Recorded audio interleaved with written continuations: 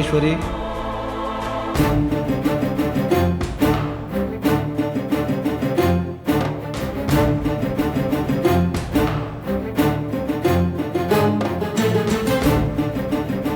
ఇదిగో ఈ ఖడ్గం తీసుకో.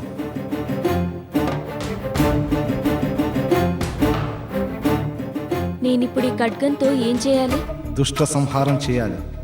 దుష్ట సంహారం అంటే చంపడమేగా? మరి చంపడం పాపం కాదా? దుష్టుల్ని చంపడం పాపం ఎలాగవుతుంది నాగేశ్వరి? దుష్టులైనా వారివి ప్రాణాలే కదా. ప్రాణం తీయడం పాపం అనేగా మన పురాణాల్లో కూడా ఉంది. అలాగే దుష్టుని సంహరించడం ధర్మమే కాని అధర్మం కాదని కూడా ఉంది. మరొకరి ప్రాణం తీయడానికి నా మనసు ఒప్పుకోవడం లేదు. నాగేశ్వరి, నీవిప్పుడు నీ మనసు చెప్పినట్టు కాకుండా ఆ దైవాజ్ఞ ప్రకారం చెయ్యి.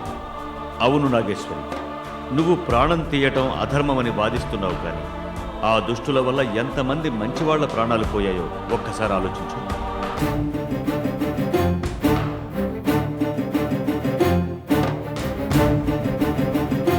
నాగేశ్వరి, నిన్ను కాపాడడం కోసం భారతి వైదేహి చేతుల్లో బలైపోయింది. అది ఒక్కసారి గుర్తు తెచ్చుకో.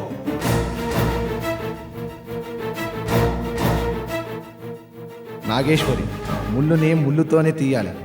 దుష్టుల్ని క్రూరంగానే చంపాలి. అప్పుడు కాని ధర్మం బ్రతకదు, న్యాయం జయించదు.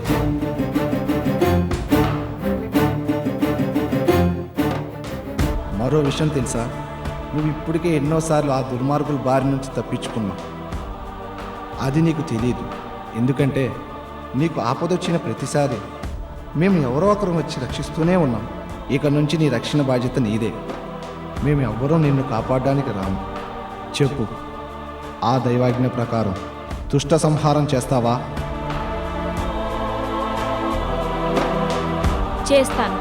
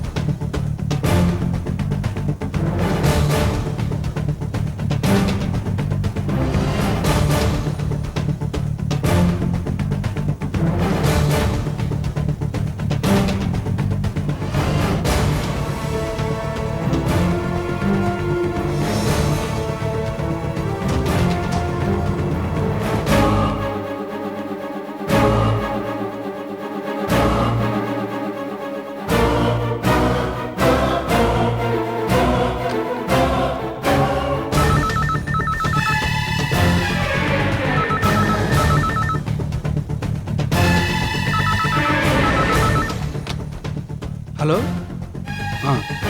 అలాగే మేడం.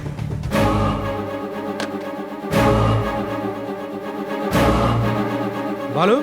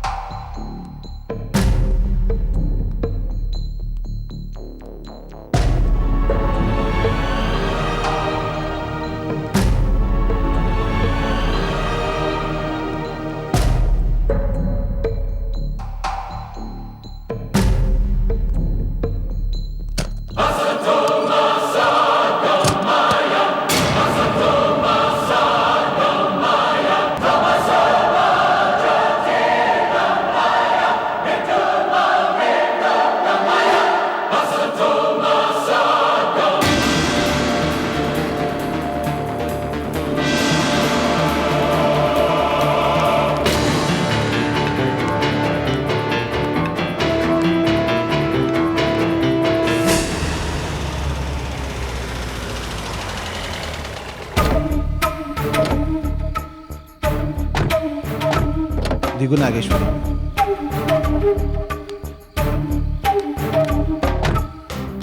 నాగేశ్వరి, ఇప్పుడు మనం వైదేహి స్థావరంలోకి వచ్చాం.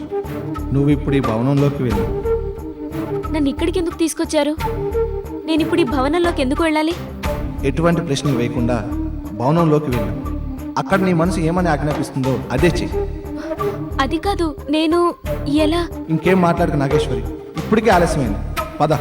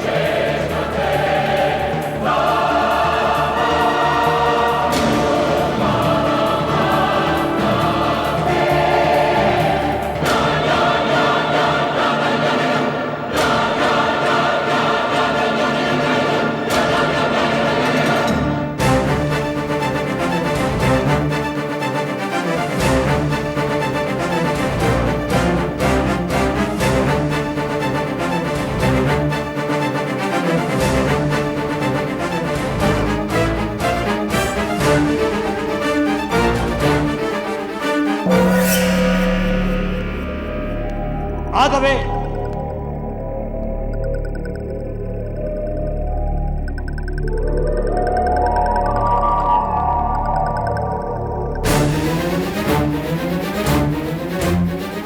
నువ్వెన్ని వేషాలు మార్చినా, ఎన్ని చిత్తుల మారు మాయలు చేసినా ఆ కళ్ళని మోసం చేయలేవు, నా నుంచి తప్పించుకోలేవు.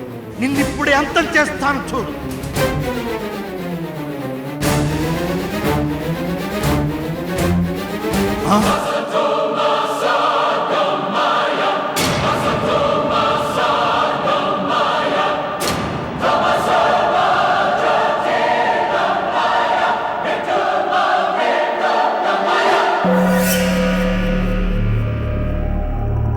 ఓ, నువ్వు ఇక్కడే ఉన్నావా? అయితే ఇద్దరు చావు నా చేతుల్లోనే రాసుందన్నమాట. ఇప్పుడు చూడండి నా మంత్రదండం శక్తి ఏమిటో.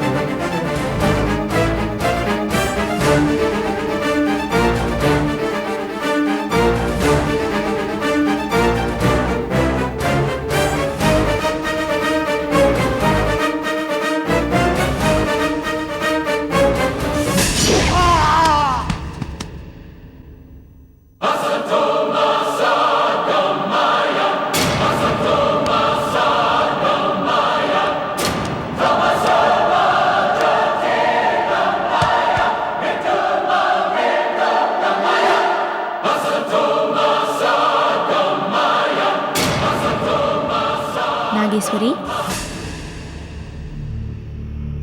ఎవరు? నేనే, నీ ప్రతిరూపాన్ని. మీరా? ఇక్కడికి ఎలా వచ్చారు? నీకోసమే వచ్చాను. మిగిలిన కథని కూడా నడిపించాలిగా మరి. ఇప్పుడు ఏం చేయబోతున్నావు? నిన్ను మీ ఇంటికి పంపబోతున్నాను. మా ఇంటికా? లేదు, నేను వెళ్ళను. నాగేశ్వరి, నీకు చూపు పోయిన దగ్గర నుంచి చాలాసార్లు నువ్వు మీ ఇంటికి వెళ్ళాలని, మీ వాళ్ళందరితో మాట్లాడాలని చాలా ఆశపడ్డావుగా. అది అప్పుడు. కానీ ఇప్పుడు నేను మా ఇంటికి వెళ్ళదలుచుకోలేదు. ఎందుకని? ఎందుకంటే నేను ఇప్పటికే చాలాసార్లు ఆ దైవాజ్ఞని ధిక్కరించి ఉత్తర్వుల్ని మీరి స్వర్ణ విగ్రహాన్ని ప్రతిష్ఠించకుండా తిరిగి వచ్చేశాను. అందువల్లే నాకు చూపు పోయింది. ఇలా శిక్షను అనుభవిస్తున్నాను. ఇప్పుడు మళ్ళీ నేను మా ఇంటికి వెళ్ళి విగ్రహ ప్రతిష్ఠ చేయడాన్ని ఆలస్యం చేయదలుచుకోలేదు. నాగేశ్వరి, నిన్ను ఇంటికి పంపించడం కూడా దైవచిత్తమే. ఆ దైవం తన కార్యం జరిపించుకోవడంలో భాగంగానే నిన్ను ఇంటికి వెళ్ళమంటోంది. నేను ఇంటికి వెళ్తే ఏం జరుగుతుంది? వెళ్ళు. ఏం జరుగుతుందనేది నీకే తెలుస్తుంది. ఒక రకంగా నువ్వు ఇంటికి వెళ్ళడం అనేది కూడా శిక్షే నాగేశ్వరి. ఎందుకంటే నీకు చూపు లేదు. కానీ నువ్వింట్లో ఎవ్వరికీ ఎటువంటి పరిస్థితుల్లోనూ నీకు చూపు లేదన్న విషయం చెప్పకూడదు. నీకు చూపున్నట్టే నటించాలి. చూపున్నవారు చూపు లేనట్టు నటించడం తేలిక, కానీ చూపు లేనివారు చూపున్నట్టుగా నటించడం ఎలా సాధ్యం? నీలో ఆ శక్తి ఉంది నాగేశ్వరి. ధైర్యంగా ఉండు. నువ్వు సునాయాసంగా నటించగలవు.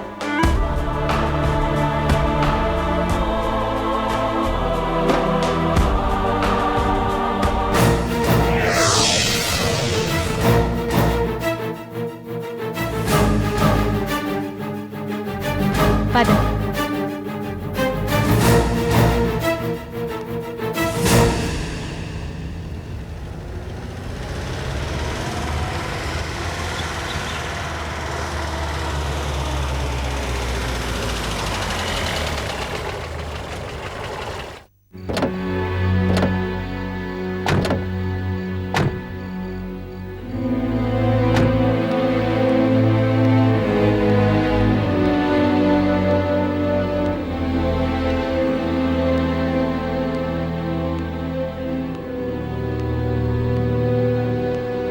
నాగేశ్వరి, దిగు.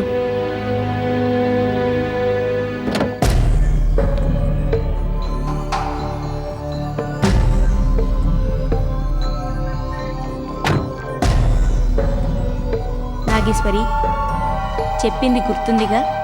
ఎట్టి పరిస్థితుల్లోనూ నీకు చూపు లేదన్న విషయం ఇంట్లో ఎవ్వరికీ చెప్పకూడదు. పద.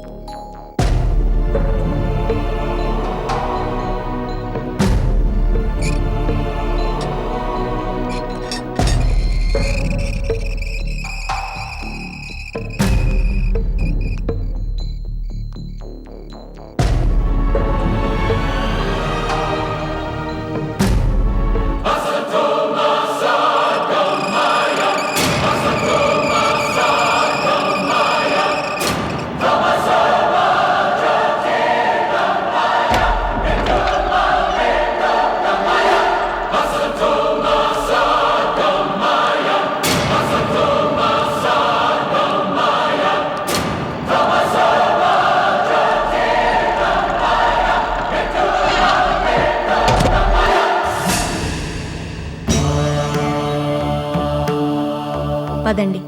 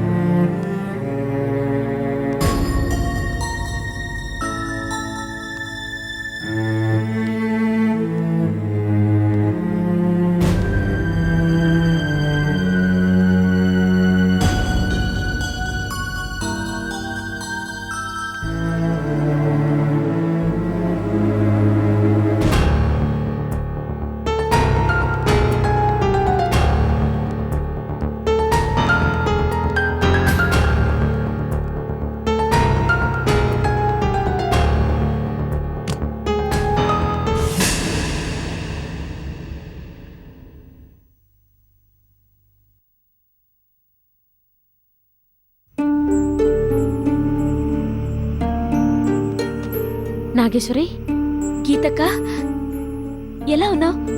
నీకేం కాలేదు కదా? ఏంటి నువ్వు నన్ను ఇప్పుడే చూస్తున్నట్టు మాట్లాడుతున్నావు? ఏమైంది నీకు? పీడకలు ఏమైనా కన్నావా? అవును, ఆ వైదేహి నిన్ను మళ్ళీ పట్టుకెళ్ళి బంధించినట్టు కలొచ్చింది. కలొచ్చింది అంటున్నావు? నువ్వు గదిలో కాకుండా బయటున్నావు. అసలు గదిలోంచి బయటికెందుకు వచ్చావు? ఎక్కడికి వెళ్ళావు? అది నేను బాత్రూంకి వెళ్ళాను. బాత్రూమ్ గదిలోనే ఉందిగా. అది పీడకలు వచ్చిన తర్వాత నిద్ర పట్టలేదు, అందుకే ఇలా బయటికొచ్చి కాసేపు బాల్కనీలో ఉన్నాను. ఏమిటో విచిత్రంగా ఉంది నీ ప్రవర్తన. పద, కళ్ళు మూసుకొని పడుకుంటే నిద్ర దానంతటదే వస్తుంది. రా.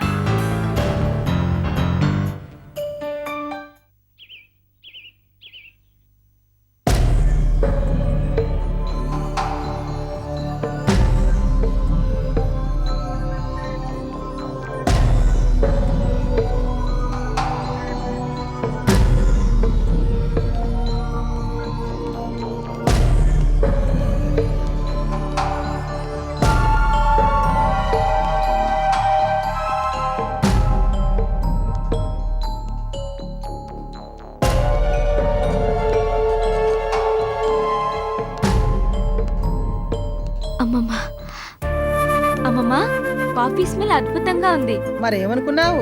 మీ అమ్మమ్మ చేతి కాఫీ మరి తీసుకో. అల్లుడు గారు తీసుకోండి. గీతేదమ్మా? గదిలో ఉందమ్మమ్మ. ఏమిటో ఈ అమ్మాయి ఎప్పుడు చూసినా గదిలోనే ఉంటుంది. దేవకి తీసుకో. అమ్మా,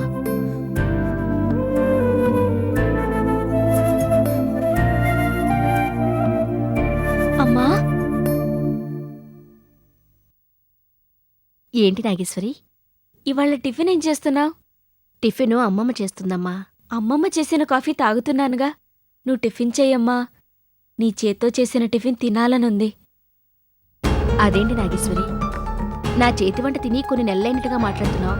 నిన్న పొద్దున కూడా టిఫిన్ నేనే కదా చేశాను. అది నిన్న. ఇవాళ ఇంకా నీ చేతి వంట తినలేదు.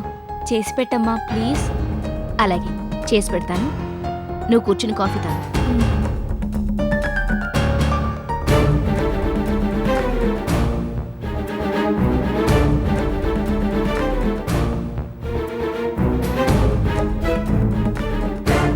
అసలు నిన్న రాత్రి ఏం జరిగింది? ఆ మన్యవాసి దీని అంతు చూస్తాడనుకుంటే ఇది క్షేమంగా తిరిగొచ్చేసింది. ఇప్పుడు ఆ మన్యవాసిని కాంటాక్ట్ చేయడం ఎలా? నాగేశ్వరి, న్యూస్ పేపర్ కాస్త తీసుకురామ్మా. అలాగే నాన్న.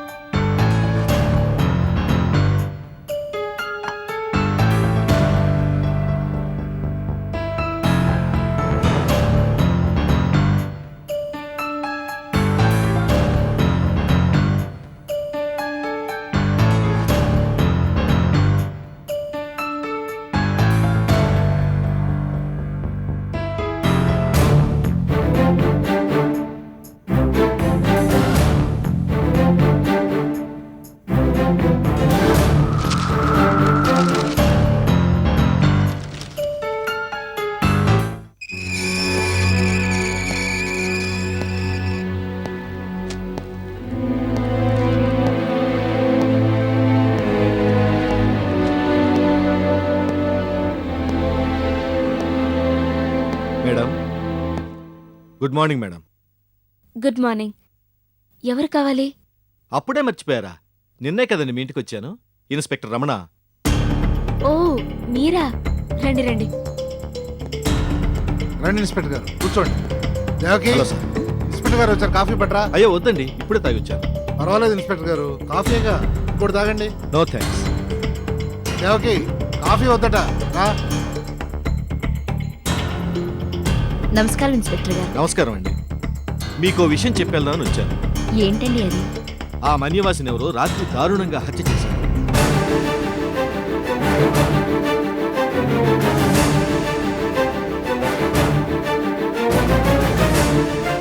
సాధారణంగా ఎంత గొప్ప క్రిమినల్ అయినా నేరం చేసిన చోట చిన్న ఎవిడెన్స్ వదిలి వెళ్తాడు.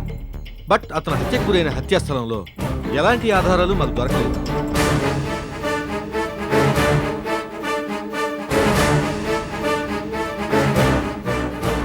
అతను చనిపోతే మాకెందుకు చెప్తున్నారండి? మీ సేఫ్టీ కోసమే. అతనేదో పూజలు అవి చేయడానికి మీ ఇంటికి వచ్చినప్పుడే కదా మా పోలీసులు అతను షూట్ చేశారు. ఇప్పుడు అతను మరెవరో హత్య చేశారు. అతని శత్రువులు మీకు శత్రువులయ్యే అవకాశం ఉంది కదా, అందుకే మిమ్మల్ని జాగ్రత్తగా ఉండమని చెప్పడానికి వచ్చాను.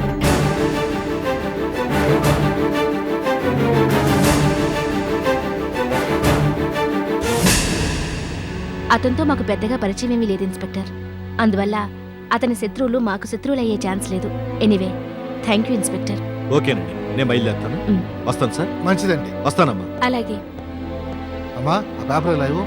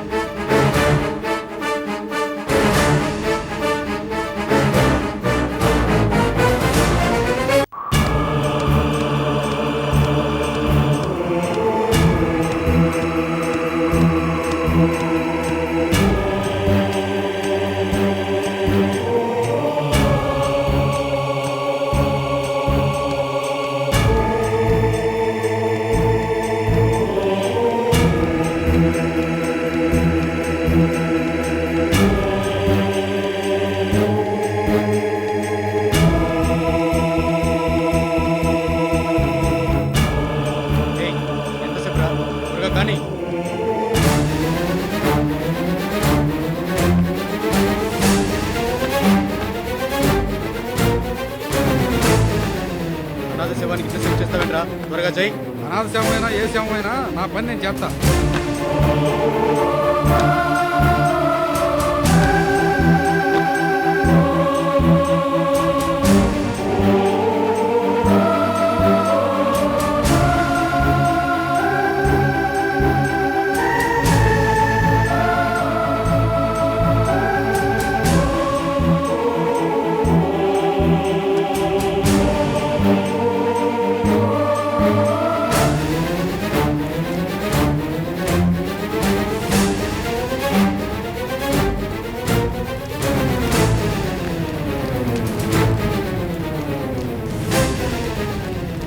ఇంకెందుకురా ఇక్కడ?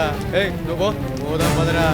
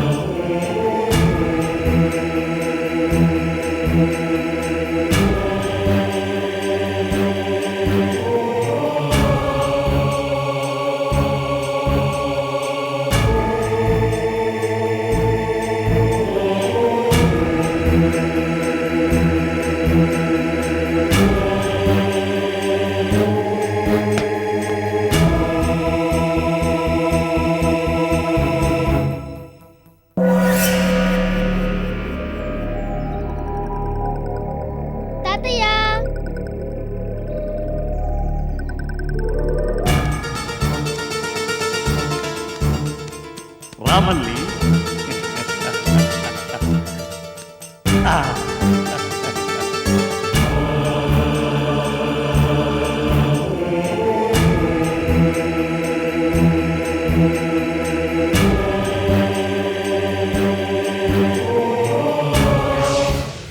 తాతయ్య ఏంటిది? సర్పదండం అంటే ఏంటి? ఈ సర్పదండంతో ఎలాంటి సర్పజాతినైనా వశీకరణం చేసుకోవచ్చు. వశీకరణం అంటే? అంటే పాముల్ని మన ఆధీనంలోకి తెచ్చుకొని మనం చెప్పినట్టు వినేలా చేయడం అన్నమాట. అలాగా?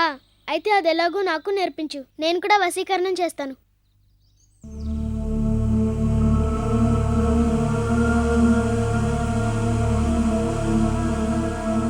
వద్దు మల్లి, ఇది నాతోనే పో.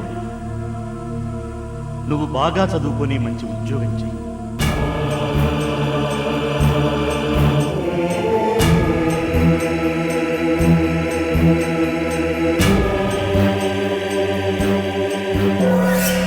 తాతయ్య, నన్ను వదిలిపెట్టి ఎక్కడికి వెళ్తున్నావు తాతయ్య? నాగారణ్యానికి. ఎందుకు? నేనిక్కడే ఉంటే నా సహాయం కోరి ఎవరో ఒకరు వస్తూనే ఉంటారు. నేను మంచివాళ్లకు కాక పొరపాటున చెడ్డవాళ్లకు సహాయం చేస్తే నేను చచ్చిపోతాను తల్లి. అందుకని చెడ్డవాళ్ళకు సాయం చేస్తే వాళ్ళు చచ్చిపోవాలి, కానీ నువ్వెందుకు చచ్చిపోతావు తాతయ్య? అది విధిరాత తల్లి. అదంతా నాకు తెలీదు. నువ్వు నన్ను వదిలి వెళ్ళొద్దు. ఒకవేళ వేరే వాళ్ళ వల్ల నువ్వు చచ్చిపోతే నేను వాళ్ళని చంపేస్తాను. పిచ్చి తల్లి, నా మాట విను. నువ్వు బాగా చదువుకో. నేను బయలుదేరుతాను.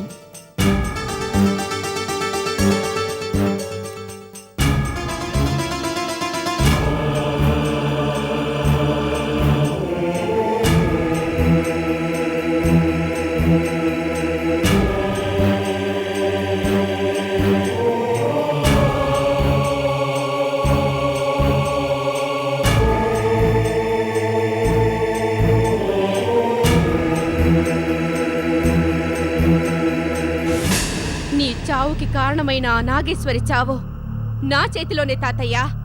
ఇది సత్యం, సత్యం, సత్యం.